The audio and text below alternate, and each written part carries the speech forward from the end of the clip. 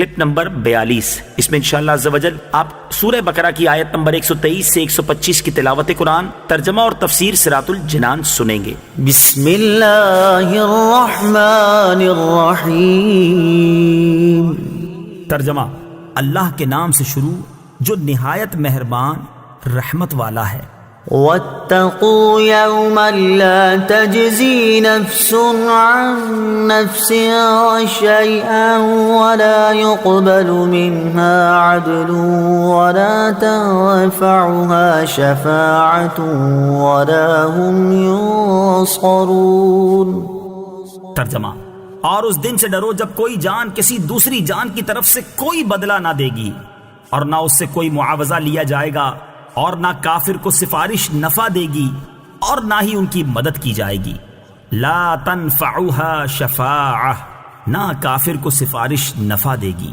تفسیر صراط الجنان میں ہے، یہاں بنیادی طور پر ان یہودیوں کا رد ہے جو کہتے تھے ہمارے باپ دادا بڑے بزرگ تھے، وہ ہمیں شفاعت کر کے چھڑا لیں گے۔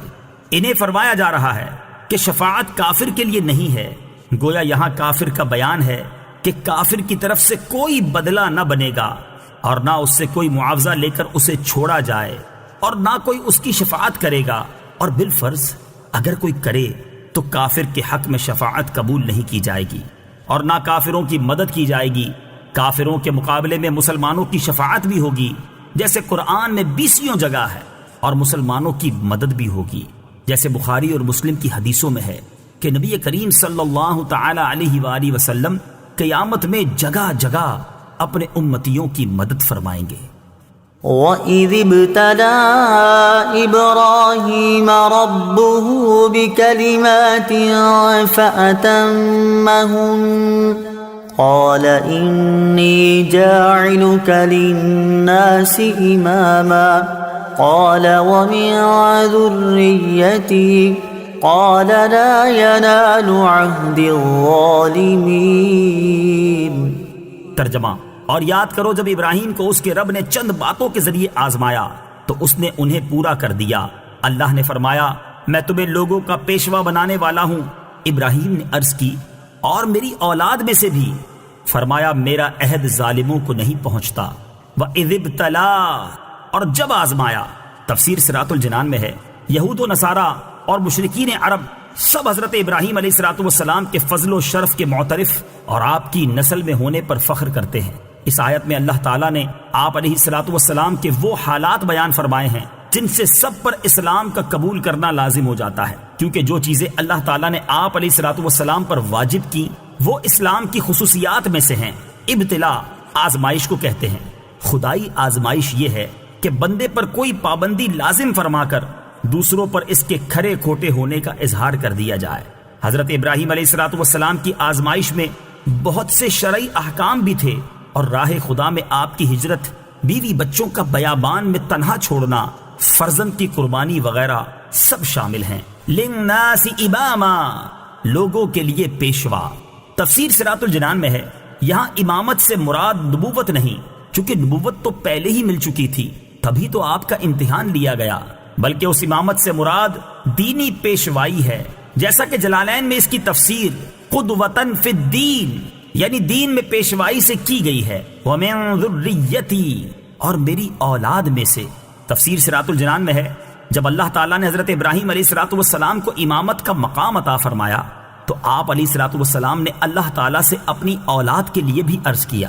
اس پر فرمایا گیا کہ آپ کی اولاد میں جو ظالم ہوں گے وہ امامت کا منصب نہ پائیں گے، کافر ہوئے تو دینی پیشوائی نہ ملے گی، اور فاسق ہوئے تو نبوت نہ ملے گی، اور قابل ہوئے تو اللہ تعالیٰ اپنے کرم سے جسے جو چاہے گا عطا فرمائے گا۔ اس سے معلوم ہوا کہ کافر مسلمانوں کا پیشوا نہیں ہو سکتا، اور مسلمانوں کو اس کی اتباع جائز نہیں۔ یہ بھی معلوم ہوا کہ اپنی اولاد کے لیے دعائے خیر کرنا سنت انبیاء ہے۔ یہ بھی معلوم ہوا کہ اللہ تعالیٰ کوئی نعمت عطا فرمائے تو اولاد کے لیے بھی اس کی خواہش کرنی چاہیے۔ وَإِذْ جَعَلْنَا الْبَيْتَ مَثَابَةً لِلنَّاسِ وَأَمْنًا وَاتَّخِذُوا مِن مَّقَامِ إِبْرَاهِيمَ مُصَلًّى وعهدنا إلى إبراهيم وإسماعيل أن طهرا بيتي للطائفين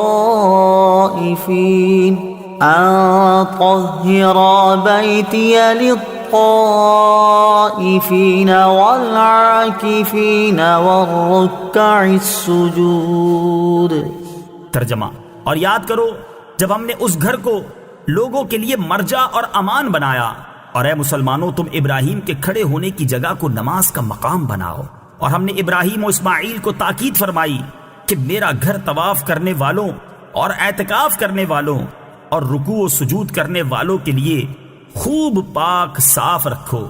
وَإِذْ جَعَلْنَا الْبَيْتَ، اور جب ہم نے اس گھر کو بنایا. تفسیر صراط الجنان میں ہے بیت سے کعبہ شریف مراد ہے اور اس میں تمام حرم شریف داخل ہے.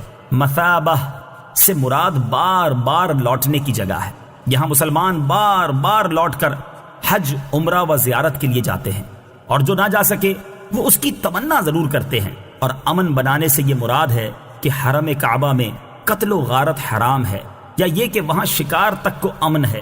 یہاں تک کہ حرم شریف میں شیر بھیڑیے بھی شکار کا پیچھا نہیں کرتے بلکہ چھوڑ کر لوٹ جاتے ہیں. ایک قول یہ ہے کہ مومن اس میں داخل ہو کر عذاب سے مامون ہو جاتا ہے.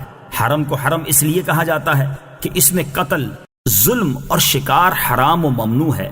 اگر کوئی مجرم بھی داخل ہو جائے تو وہاں اسے کچھ نہ کہا جائے گا. وَاتَّخِذُوا مِن مَّقَامِ إِبْرَاهِيمَ مُصَلًّى، اور تم ابراہیم کے کھڑے ہونے کی جگہ کو نماز کا مقام بناؤ. تفسیر صراط الجنان میں ہے مقام ابراہیم وہ پتھر ہے جس پر کھڑے ہو کر حضرت ابراہیم علیہ السلام نے کعبہ معظمہ کی تعمیر فرمائی، اور اس میں آپ کے قدم مبارک کا نشان تھا. اسے نماز کا مقام بنانا مستحب ہے. ایک قول یہ بھی ہے کہ اس نماز سے طواف کے بعد پڑھی جانے والی 2 واجب رکعتیں مراد ہیں.